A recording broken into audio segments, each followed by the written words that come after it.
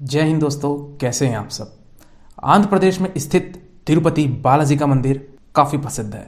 आप भी अगर वहां जाने की योजना बना रहे हैं, वहां दर्शन करने का आपका भी विचार है, तो ये वीडियो आपके लिए काफ़ी यूजफुल है, क्योंकि मैं तिरुपति बालाजी की पूरी प्लानिंग का एक विस्तार पूर्वक वर्णन करूंगा, जिसमें हम जानेंगे कुल खर्चा कितना आएगा, साथ ही साथ वहां आप कैसे पहुंचे, खाने पीने का क्या सिस्टम है, वहां फ्री भोजनालय है तो उस भोजनालय का समय क्या है, कहाँ घूमना चाहिए, रुकने की क्या व्यवस्थाएं होनी चाहिए, ये सारी चीज़ें हम आज की वीडियो में देखेंगे।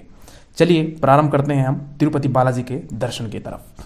सबसे पहले हम बात करते हैं तिरुपति बालाजी आप कैसे पहुंचे। सबसे पहले हम बात करते हैं ट्रेन की। तिरुपति बालाजी अगर आप दर्शन करने आ रहे हैं तो आपका नियरेस्ट रेलवे स्टेशन जो है वो तिरुपति ही है, लेकिन तिरुपति में सारी ट्रेनें का स्टॉपेज नहीं है। हो सकता है आप जिस शहर से आ रहे हो तो वहां की ट्रेन तिरुपति में ना रुकती हो, तो आप दूसरा विकल्प चुनिए, वो है आपका Renigunta junction railway station. Renigunta junction railway station हमारे तिरुपति से 7 किलोमीटर पहले पड़ता है। तिरुपति रेलवे स्टेशन में स्टॉपेज तो रहते हैं ट्रेन के, काफ़ी ट्रेनों के स्टॉपेज हैं, बशर्ते काफ़ी लंबी दूरी के ट्रेन की स्टॉपेज शायद ना हो, इसलिए मैं आप रेणुगुंटा उतर जाइए अगर आप ट्रेन से आ रहे हैं। और अगर मैं दोस्तों बात करूं, अगर आप फ्लाइट से आना चाहते हैं तो तिरुपति में ही इंटरनेशनल एयरपोर्ट है, तो आप फ्लाइट से तिरुपति एयरपोर्ट भी आ सकते हैं, तो वहां भी उतर के आप बाई रोड तिरुपति पहुंच सकते हैं। और तीसरा ऑप्शन दोस्तों, अगर आप फैमिली सहित आना चाहते हैं और आपके पास पर्सनल कार है तो आप बिल्कुल आप कार से भी आ सकते हैं, बाई रोड आ सकते हैं। हाईवे से आपको आनी है, रोड काफी टॉप एंड टॉप है। दोस्तों अगर आप रेलवे स्टेशन उतरे हैं, चाहे आप वो रेणुगुंटा जंक्शन उतरे, चाहे आप वो तिरुपति रेलवे स्टेशन उतरे, दोनों स्टेशन के बाहर अगर आप आते हैं तो वहां तिरुमाला तिरुपति बालाजी के ट्रस्ट की बसेस चलती हैं, जो कि हर आधे घंटे में आपको अवेलेबल हो जाती है। रेणुगुंटा अगर आप उतरते हैं, रेणुगुंटा जंक्शन अगर आप उतरते हैं तो वहां आपको हो सकता है थोड़ा सा और इंतजार करना पड़े, यानी कि आपको हो सकता है 1-1 घंटे के अंतराल में आपको बस मिले। लेकिन अगर मैं बात करूं तिरुपति की, हर 25 मिनट से आधे घंटे में आपको आराम से ट्रस्ट की बस मिल जाती है। दोस्तों तिरुपति बालाजी का जो मंदिर है वो जमीन स्तर पे नहीं बल्कि वो पर्वत पर है, यानी कि वो जो मंदिर है उस मंदिर का जो लोकेशन है वो तिरुमाला कहलाता है। वो आपको पहाड़ी चढ़ के जाना पड़ता है। पहाड़ी चढ़ने का मतलब आप बाई बस जाएंगे, वहां रोड बनी हुई है, आप बाई रोड वहां तिरुमाला पहुंचेंगे और वहीं तिरुमाला में आपके वेंकटेश्वर स्वामी यानी कि तिरुपति बालाजी का मंदिर है। तिरुपति शहर से या तिरुपति रेलवे स्टेशन से आप कहिए, वहां से जो दूरी है वो आपकी लगभग 22 किलोमीटर पड़ती है तिरुमाला की। और अगर मैं रेणुगुंडा से बात करूं तो वो लगभग आपका 30 किलोमीटर पड़ जाता है। दोनों केस में आपको बसेस अवेलेबल हो जाती है रेलवे स्टेशन के बाहर से। दोस्तों अगर आपको बस नहीं मिलती है तो आप एक काम करिए, तिरुपति अगर रेलवे स्टेशन आप उतरे हैं तो तिरुपति रेलवे स्टेशन से 400 मीटर पे आपका तिरुपति सेंट्रल बस स्टैंड है। वहां बस स्टैंड से आपको डायरेक्ट आपको तिरुमाला के लिए बस मिल जाती है, तो आप उस बस पे बैठ के आप आसानी से तिरुमाला पहुंच सकते हैं। वो बस का किराया लगभग 30 रुपये है। और अगर मैं बात करूं रेणुगुंटा से अगर आप आते हैं तो रेणुगुंटा से वो किराया 40 रुपये हो जाता है। रेणुगुंटा में अगर आपको संस्था की बस नहीं मिलती है तो वहां पे भी आप मेन रोड पे पहुंचे और मेन रोड से आप बस पकड़ के आप तिरुमाला पहुंच सकते हैं। तिरुमाला जाने से पहले जब आप पर्वत चढ़ेंगे तो वहां से आपको पहले एक चेक पोस्ट पड़ेगा, जो कि चेक पोस्ट में आपके सामानों की चेकिंग और साथ ही साथ पूरे बस की चेकिंग होती है। वहां सवारियों को बाहर उतार दिया जाता है, बस की चेकिंग होती है, पास हम लोगों को परमिट मिलती है, उसके बाद हम आगे पर्वत की तरफ रवानगी लेते हैं। तो ये सफर आपका 1 घंटे में तय हो जाएगा। तिरुमाला में हम पहुंच चुके हैं। तिरुमाला पूरी पर्वत पे है तो वो पर्वत कहने के लिए, लेकिन अगर आप तिरुमाला पहुंचते हैं वो आपको किसी एक शहर से कम नजर नहीं आएगा, क्योंकि वहां ऐसा कुछ सीन ही हमको नहीं पता चलता कि वो कहीं पर्वत पे है। वो पूरा एक समान समतल दिखता है, क्योंकि पर्वत पे इतनी अच्छी तरीके से वहां व्यवस्था कर दी गई है कि हमको पर्वत तो नजर आता ही नहीं है, वो एक शहर की तरह ही हमको दिखता है। दोस्तों तिरुमाला पहुंचने के बाद यहाँ पे सबसे बड़ा प्रश्न आता है कि हम अब रुके कहाँ, फ्रेश कहाँ हो, रूम कहाँ मिले। आपको तिरुपति पहुंचते हैं, आप जहां भी आपको बस उतारेगा वहां से आप थोड़ी सी दूरी पे जाइए, आपको एक सीआरओ ऑफिस मिलेगा। आप सीआरओ ऑफिस जाइए और सीआरओ ऑफिस में आप पता करिए कि रूम अवेलेबल है या नहीं। दोस्तों रूम का फेयर काफी ज्यादा कम है। अगर मैं बात करूं 3 बेड का, यानी कि अगर आपको 3 बिस्तर मिलता है, वो 1 दिन का किराया आपका 50 रुपए है। और अगर मैं दोस्तों मैं थोड़े से ज्यादा की बात करूं, अगर आपकी बड़ी टीम है, 5 लोग और 6 लोग हैं, तो वो किराया आपको 150 रुपए पड़ेगा। रूम काफी सस्ते मिल जाते हैं, तो सीआरओ ऑफिस में जाके आप वहां अपने रूम की बुकिंग करा सकते हैं। काफी वेटिंग रहती है, तो लाइन भी आपको काफी लंबे समय के लिए लगना पड़ेगा।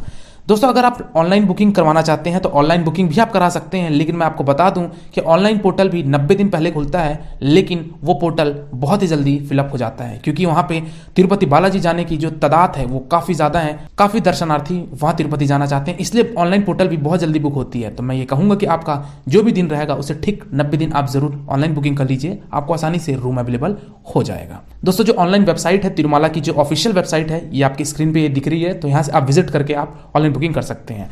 ऑनलाइन बुकिंग कैसे करनी है, किस तरीके से करनी है, अगर आप कमेंट सेक्शन में बताएंगे तो मैं इसकी एक सेपरेट वीडियो लाके आपको पूरी प्रोसीजर बता दूंगा किस तरीके से आपको ऑनलाइन बुकिंग करनी है। और साथ ही साथ आप वहां पे 90 दिन पहले आप अपना स्पेशल पास भी ले सकते हैं दर्शन के लिए। तो आप मुझे जरूर बताइएगा कमेंट सेक्शन में अगर आप वो सेपरेट वीडियो चाहते हैं तो। दोस्तों यदि आपको रूम नहीं मिलता है, ना तो ऑनलाइन आपकी रूम मिली और ना ऑफलाइन आपको रूम मिला, तो भी आपको घबराने की जरूरत नहीं है। वहां काफी बड़ा हॉल है, वहां सीआरओ ऑफिस के पास ही आप हॉल में जाइए और हॉल में आपको लॉकर देंगे।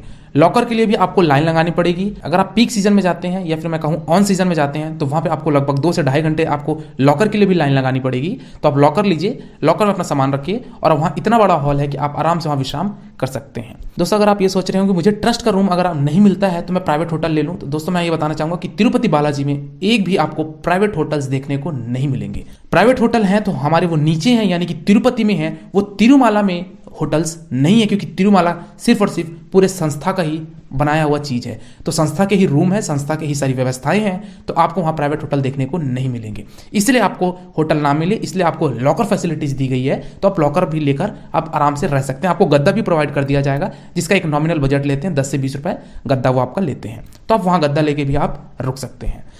दोस्तों तिरुपति बालाजी जो जाते हैं वो मुंडन जरूर होते हैं, क्योंकि वहां तिरुपति बालाजी में बाल चढ़ाया जाता है। तो दोस्तों वहां पे ही जहां आप हॉल लेंगे उस हॉल में ही आपके बहुत सारे नाई बैठे होते हैं। तो आप उन नाई के पास भी जाके आप वहां मुंडन अपना करवा सकते हैं। बहुत सारे नाई होते हैं, वहां पे भी आपको लाइन लगानी पड़ती है, लेकिन हार्डली आपको वो 10 से 15 मिनट में आराम से नाई खाली हो जाते हैं, क्योंकि काफी मात्रा में वहां नाई बैठे होते हैं। तो तिरुपति बालाजी अगर आप मुंडन होना चाहते हैं तो वहां जाके आप बिल्कुल हो सकते हैं। दोस्तों बात करते हैं दर्शन की। तिरुपति बालाजी के दर्शन करने से पहले आपको वहां पे एक 12 स्वामी जी का दर्शन जरूर करिए। दोस्तों कहा जाता है कि पहले 12 स्वामी जी के दर्शन करिए, उसके बाद ही आप तिरुपति बालाजी के दर्शन करिए। दोस्तों अगर आप 12 स्वामी मंदिर में अगर जाना चाहते हैं, सबसे पहले आप वहां पुष्क कुंड है, जो कि 12 स्वामी मंदिर के पीछे पुष्क कुंड है।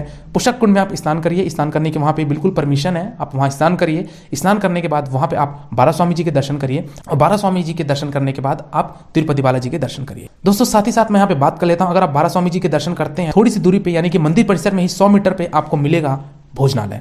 दोस्तों भोजनालय का जो समय है वो सुबह नाश्ते का समय है 9 से 11 बजे तक, और 11 बजे से ही आपका लंच का कार्यक्रम चालू हो जाता है। तो वो लंच का कार्यक्रम सुबह 11 बजे से शाम के 4 बजे तक होता है। 1 घंटे का ब्रेक होता है, यानी कि 4 से 5 का ब्रेक होता है, और 5 बजे से रात्रि 10 बजे तक पुनः आपको भोजन मिलता है। ये भोजनालय निरंतर रूप से चलता है, किसी भी तरीके की कोई हॉलीडे नहीं होती है, पूरी तरीके से चलता है। ये टाइम स्लॉट में ही चलता है, तो आप इस टाइम स्लॉट में जरूर जाइएगा और प्रसाद जरूर ग्रहण कीजिएगा। तिरुपति बालाजी का प्रसाद काफी स्वादिष्ट होता है। चलिए दोस्तों अब हम बढ़ते हैं बालाजी के दर्शन की तरफ। दोस्तों दर्शन करने से पहले आपको एक एक्सेस कार्ड बनवाना पड़ेगा, जिसको हम ई पास भी बोलते हैं। वो एक्सेस कार्ड आपको बनवाना पड़ता है। कभी कभी वो एक्सेस कार्ड की जरूरत नहीं पड़ती है, अगर आप वो इवनिंग के समय पे आप एंट्री करते हैं, यानी कि अगर वो आप 6 बजे या 7 बजे के आसपास आप शाम को एंट्री करते हैं दर्शन के लिए, तो वहां पे आपको एक्सेस कार्ड की जरूरत नहीं पड़ती है। लेकिन आप बनवा लीजिएगा, हो सकता है अंदर कोई परेशानी हो जाए, तो इससे बेहतर ये है कि आप पहले ही एक्सेस कार्ड बनवा लीजिए। ये फ्री ऑफ कॉस्ट होता है, तो आप उसको जरूर ले लीजिएगा। लेकिन यहाँ पे एक चीज का ध्यान रखिएगा, अगर आप एक्सेस कार्ड बनवाने जा रहे हैं तो दोस्तों आप सभी कोई अपना एक आइडेंटिफिकेशन कार्ड पकड़ लीजिएगा, चाहे वो आपका आधार कार्ड हो, चाहे वोटर आईडी कार्ड हो, चाहे आपका पासपोर्ट हो। दोस्तों अगर मैं बात करूं अब दर्शन की तरफ बढ़ते हैं। दर्शन करने से पहले आपको वहां पे जूते चप्पल का मुफ्त लॉकर मिलेगा, आपको लॉकर वहां दे दिया जाएगा। आप वहां पर अपने जूते चप्पल रख सकते हैं और आपको एक टोकन दे दिया जाएगा। आप वो टोकन पकड़ के आप दर्शन के लिए बढ़िए। तिरुपति में दर्शन का जो समय होता है वो लगभग 24 घंटे लग जाते हैं। यह आंकड़ा मैं तब का बता रहा हूं अगर आप ऑन सीजन में जाते हैं, अगर आप किसी फेस्टिवल के समय जाते हैं या फिर आप किसी धार्मिक मुहूर्त में जाते हैं, तो उस केस में आपका 24 घंटे ही नहीं बल्कि उससे ज्यादा भी, आपके 36 घंटे 2 दिन भी लगते हैं। तिरुपति बालाजी में आज से अगर मैं बात करूं 4 से 5 साल पहले, तो वहां लगभग आपको 3 से 4 दिन भी लाइन लगानी पड़ती थी, लेकिन अभी के केस में 24 घंटे में दर्शन हो जाते हैं अगर आप ऑन सीजन में जा रहे हैं। तो दोस्तों लाइन में ही आपकी सारी व्यवस्थाएं होती है। ट्रस्ट की तरफ से, तिरुपति बालाजी के ट्रस्ट की तरफ से आपको सारी फैसिलिटीज दी जाती है, जो कि आपको नाश्ता भी देते हैं, जल भी आपको देते हैं, और साथ ही साथ वहां पे वॉशरूम की भी व्यवस्थाएं हैं, और आपको वहां पे सोने के लिए आराम से स्टेयर बने हुए हैं, सीढ़ियां बनी हुई हैं, तो आप वहां सो भी सकते हैं। दोस्तों अगर आप इतना लंबा लाइन नहीं लगना चाहते तो मैंने आपको बताया, आप ऑनलाइन विजिट करके इस वेबसाइट पे जाके आप अपना ऑनलाइन पास भी कर सकते हैं, जिसका फीस 300 रुपए होता है एक पास का। तो आप वो लेकर भी आप आराम से 3 से 4 घंटे में भी दर्शन कर सकते हैं। दोस्तों ये स्पेशल पास आप ऑफलाइन भी ले सकते हैं, यानी कि आप तिरुपति पहुंच के काउंटर से भी ले सकते हैं। वो काउंटर से लेने के लिए आपको 3 घंटे पहले आपको जाना पड़ेगा, लेकिन अगर ऑनलाइन बुकिंग करते हैं तो आपको 90 दिन पहले ये पोर्टल खुल जाता है। दोस्तों आप बालाजी के दर्शन के लिए आप लाइन में लग चुके हैं। लाइन में आप लगेंगे तो लाइन में ही आपको आगे एक काउंटर मिलेगा, जिसको कहा जाता है लाडू प्रसाद काउंटर। दोस्तों लाडू प्रसाद काउंटर में आपको 20 रुपए के 2 लड्डू मिलते हैं और 70 रुपए के 4 लड्डू मिलते हैं। ये आपको यहाँ पहले टोकन दिया जाता है। आपको लाडू जो मिलेगा वो आपको दर्शन करने के बाद आपको बाहर एक अलग से ये काउंटर बना होता है, तो यहाँ पे आप किसी भी खिड़की में जाके आप अपना वो टोकन दिखाकर प्रसाद ले सकते हैं। दोस्तों ये है हमारे तिरुपति बालाजी।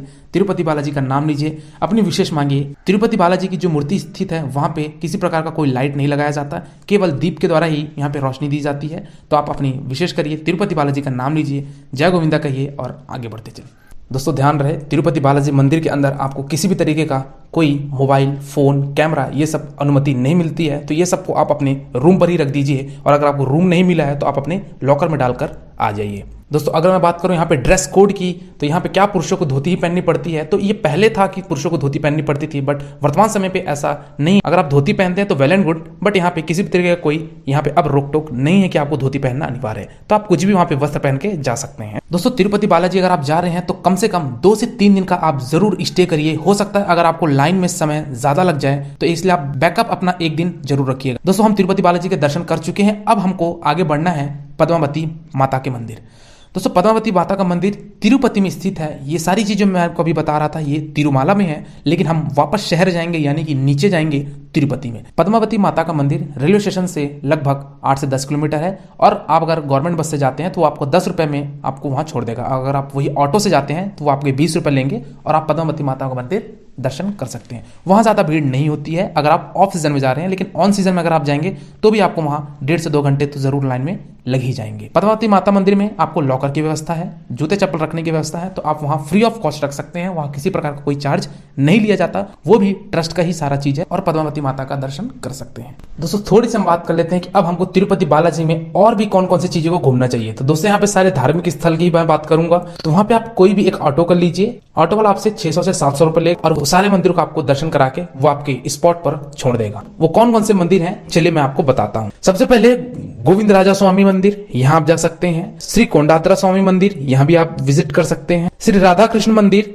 और श्री राम मंदिर, ये 4 जगह मंदिर हैं। और हमने जो इंक्लूड किया पद्मावती माता का मंदिर, तो ये 4 से 5 जगह आप कवर कर सकते हैं। ऑटो वाला आपसे 6 से 700 रुपए लेगा और आपको पूरा चीज घुमा के आपकी स्पॉट पे छोड़ देगा। आप जहां भी उतरना चाहे आप रेलवे स्टेशन उतरिए, चाहे आप वो बस स्टैंड उतरिए, या फिर एयरपोर्ट उतरिए। दोस्तों अब मैं बात कर लेता हूं फाइनली तिरुपति बालाजी में कुल खर्चा कितना आएगा।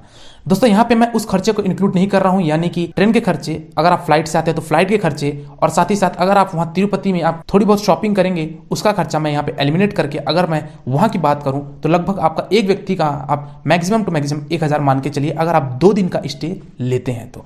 क्योंकि तिरुपति बालाजी में आपको होटल्स भी काफी कम मिल जाते हैं, खाना भी आपको मुफ्त मिल जाता है, इसलिए वहाँ खर्चे ज्यादा नहीं होते। अगर एक व्यक्ति का एक अधिकतम वैल्यू लेके चलें तो वो लगभग आपका 1000 रुपए आप पकड़ के चलिए, उतना ही खर्चा आने का है। क्योंकि वहाँ पे बस के खर्चे और आपके जो भी रूम के खर्चे होंगे वो आएगा।